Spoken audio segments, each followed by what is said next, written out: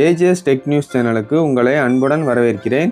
நாம் இந்த வீடியோவில் என்ன பார்க்க போகிறோம்னா, போன வருஷம் மோட்டோ பிராண்ட்லேருந்து மோட்டோ G96னு ஒரு மொபைல் லான்ச் பண்ணியிருந்தாங்க.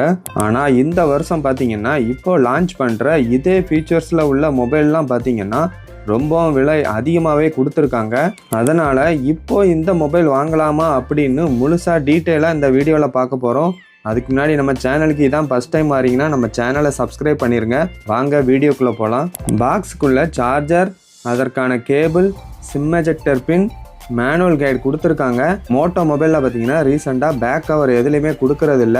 முதலாவதாக டிஸ்பிளேன்னு பார்க்கும்போது 6.67 இன்ச்சஸில் POLED டிஸ்பிளே, ஒரு 3D கர்வ் டிஸ்பிளே கொடுத்துருக்காங்க. அதே மாதிரி இந்த டிஸ்பிளே பார்த்தீங்கன்னா 1600 நைட்ஸ்க்கான பீக் பிரைட்னஸோட 144 Hz ரெஃப்ரெஷ் ரேட்டோட கொடுத்துருக்காங்க. இந்த டிஸ்பிளே பார்த்தீங்கன்னா ஃபுல் HD+ சப்போர்ட்டோட கொடுத்துருக்காங்க. அப்புறம் டிஸ்பிளே ப்ரொடெக்ஷனுக்காக கார்னிங் Gorilla Glass 5 கொடுத்துருக்காங்க. மொத்தத்தில் டிஸ்பிளேன்னு பார்க்கும்போது 3D கர்வ் டிஸ்பிளே இந்த பட்ஜெட்டுக்கு ஏற்ற ஒரு நல்ல டிஸ்பிளே தான் கொடுத்துருக்காங்க. அப்புறம் இந்த மொபைல் பார்த்தீங்கன்னா சைடில் பிளாஸ்டிக் ஃப்ரேமில் கொடுத்துருந்தாலும் பேக்கில் பார்த்தீங்கன்னா வீகன் லெதர் ஃபினிஷில் கொடுத்துருக்காங்க. பேக்கில் டிசைன் பார்க்கும்போது ரொம்பவும் நல்லாவே இருக்குன்னு சொல்லலாம். அதே மாதிரி இந்த மொபைல் பார்த்தீங்கன்னா IP ரேட்டிங் IP68 ரேட்டிங், தண்ணியில் விழுந்தாலும் எதுவும் ஆகாத மாதிரி ஒரு நல்ல IP ரேட்டிங் கொடுத்துருக்காங்க. அப்புறம் ப்ராசஸர்னு பார்க்கும்போது இந்த மொபைலில் ஒரு B கேட்டகரியில் உள்ள ஒரு ப்ராசஸர், ஸ்னாப்டிராகன் ப்ராசஸர் கொடுத்துருக்காங்க. இன்னைக்கு தேதிக்கு பார்த்தீங்கன்னா இந்த ப்ராசஸர் 90வது இடத்துக்கும் உள்ளே இருக்கிற ஒரு ப்ராசஸர் தான் இந்த மொபைலில் கொடுத்துருக்காங்க. ப்ராசஸர் விஷயத்தில் இன்னும் ஒரு நல்ல பெட்டர் ப்ராசஸர் கொடுத்துருக்கலாம். அப்புறம் கேமரான்னு பார்க்கும்போது பேக்கில் 3 கேமரா செட்டப் கொடுத்துருக்காங்க. அதில் மெயின் கேமரா பார்த்தீங்கன்னா 50 மெகா பிக்சலில் இதில் ஒரு சோனி சென்சார் யூஸ் பண்ணியிருக்காங்க. இந்த கேமரா பார்த்தீங்கன்னா நமக்கு OIS சப்போர்ட்டோட கொடுத்துருக்காங்க.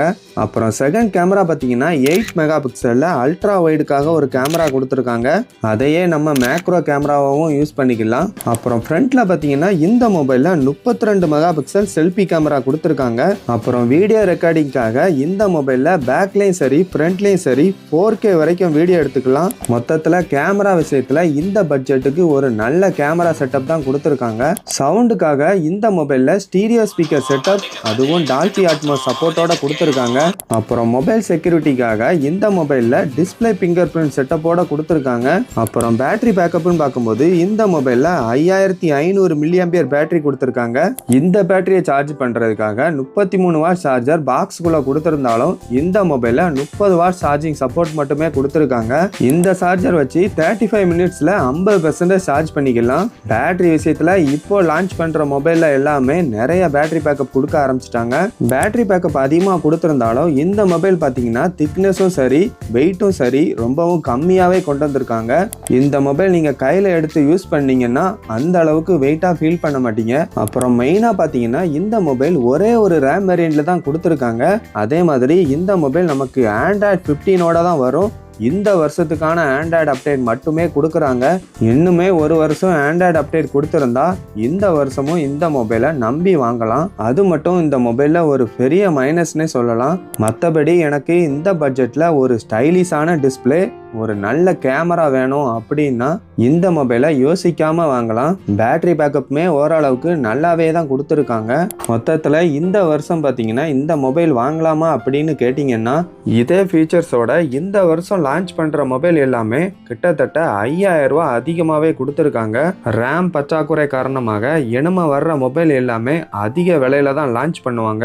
இதனால் நீங்கள் இப்போ லான்ச் பண்ணுற மொபைலை விட ஒரு வருஷம் பழைய மொபைலாக இருந்தாலும் அந்த மொபைல் ரேட்டு கம்மியாக இருந்ததுன்னா நீங்கள் யோசிக்காமல் வாங்கிக்கலாம். இந்த வீடியோ மூலம் இந்த மொபைல் பற்றின ஃபுல் டீட்டெயில் உங்களுக்கு தெரிஞ்சிருக்கும்னு நான் நம்புகிறேன். வீடியோ பிடிச்சிருந்துன்னா ஒரு லைக் பண்ணிடுங்க.